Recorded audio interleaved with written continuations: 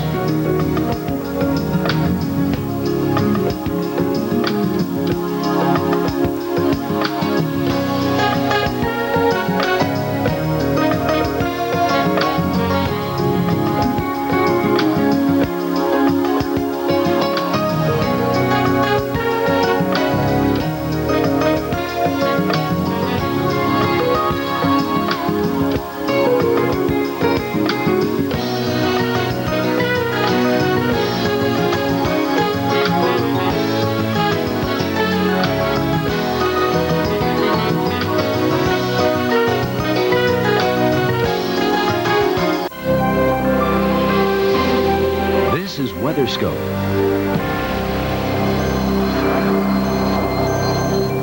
Well, you can expect a rainy morning commute across much of the Northeast as soaking rains move your way. Hi, I'm Christina Abernathy. Thanks for joining us. And I'm Mike Seidel. Thanks for watching tonight. On the West Coast, meanwhile, it's been a very hot, summery Sunday at the beaches in LA and Orange County, down to San Diego. And the wind is a big story tonight in the northern plains. Christina will talk about that, but first let's talk about the wet weather in the Northeast. And your weekend in Pittsburgh is wrapping up on a rainy note. It started raining here late this afternoon. You've had moderate to heavy rainfall, good deal. Of you have probably pulled out the old umbrella there. That's a mighty big umbrella, good enough for at least 2 or 3 people. Fortunately, most of the rain will be out of the way before the rush hour gets underway tomorrow morning. And in Tampa today, skies finally cleared. The sun came out, but there's still plenty of standing water. Heavy rain that began on Friday caused flooding that forced a lot of people from their homes. Some of them ventured back in their houses today to begin the tough job of cleaning up. Pinellas Park picking up 14 inches plus of rainfall since Friday.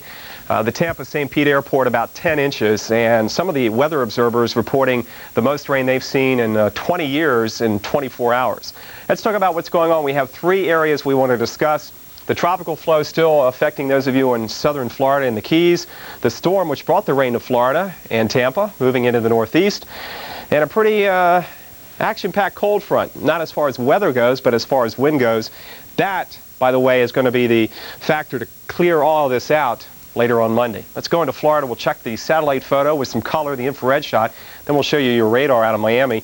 And you can still see that flow of moisture, the clouds coming from the Yucatan, down around Jamaica, across Cuba, in through the Straits, through the Keys, and right up in towards Miami and Fort Lauderdale. But from Lake Okeechobee into Tampa, boy, the weather has improved dramatically. However, some of the rivers are still cresting because of the runoff from all the rainfall over the weekend. But again, another dry day tomorrow for about 75% of the Sunshine State. Best chance of rain will be, again, southeast coast and the Florida Keys. The heavier rains from earlier across Dade County and the Everglades have now weakened. Just a few showers out there west of Miami, out around the Turnpike and south towards Homestead. Nothing serious here, even a few showers up around Fort Lauderdale. There on Olas at A1A. Again, the downpours have diminished, but they'll be back tomorrow. Remember all the moisture we saw. A few showers down in the lower Keys around Key West, and once we heat up the atmosphere, we'll see more thunderstorms developing here on Monday. So keep the umbrella handy, and for those of you who have been stuck inside because of the clouds, a better day, especially out around the theme parks in Orlando. Now, the storm which brought the heavy rain is whipping itself up the eastern seaboard. It's dealing with Atlantic moisture. We've got an onshore flow, so the rain is now advancing on those of you watching tonight from Boston, Framingham, and the Cape. We also have this cold front, which will sweep on through and clean all of this out of the way. So by tomorrow afternoon, a lot of you will actually see the sunshine return for the drive home. In New York and Boston, coming in tomorrow morning, say from New Canaan on the Merritt into New York City, there may be a few raindrops left over, but all in all, an improving situation here. But look at this patch of rainfall now heading up towards Asbury Park, right towards Staten Island. May clip those of you watching in Manhattan, and up towards old Fairfield County in Connecticut in the next half an hour. It's really moving. A lot of rain in western Pennsylvania. In fact, right now in Cambria County, out in Centre County, Clearfield County, and Blair County, you're all under flood warnings until 4:20 in the morning. We've had reports of streets being flooded in State College, and over in Cambria County, a rock slide has been reported out in this area near the town of, what was the name of the town? I wrote it down, Ferndale. So a lot of rain here. The flood warning continues till 4:20, and you can see it's really not moving out of the way. So certainly if you're in a flood-prone area, be extra careful. Moving south now. You can pick up the cold front with those showers in through Tennessee and Kentucky. A few renegade showers now moving towards parts of southern and south central Virginia, south and west of Richmond. It's dry tonight, though, in South Carolina and Georgia. There's the front. It moves on through, and the skies clear out tonight. But that won't last for long on Monday. We'll discuss that coming up in the forecast. But first, let's talk about the good weather we had today, including the hot weather in the southwest. With more on that, here's Christina. Well, we had record-setting heat on the west coast today, and you're still getting some rather gusty winds in the northern plains. Let's start out with those windy conditions and see what's to blame for the wind. It's sort of a wind machine here in the north-central U.S., and that's not the only place that's going to be affected. Let's see what's responsible for all of this windy weather. And what we've got is an area of low pressure here, a high pressure here, tight pressure gradient, and some very windy conditions here through Montana and through the Dakotas and Minnesota. That's going to be shifting eastward into the upper Midwest by Monday. Let's see where the wind is right now, and the forecast certainly calls for the chance for some windy conditions anywhere in this area. Right now, where we're seeing some of the windier conditions here through North Dakota and Minnesota, winds gusting anywhere to 15 to 25 miles per hour.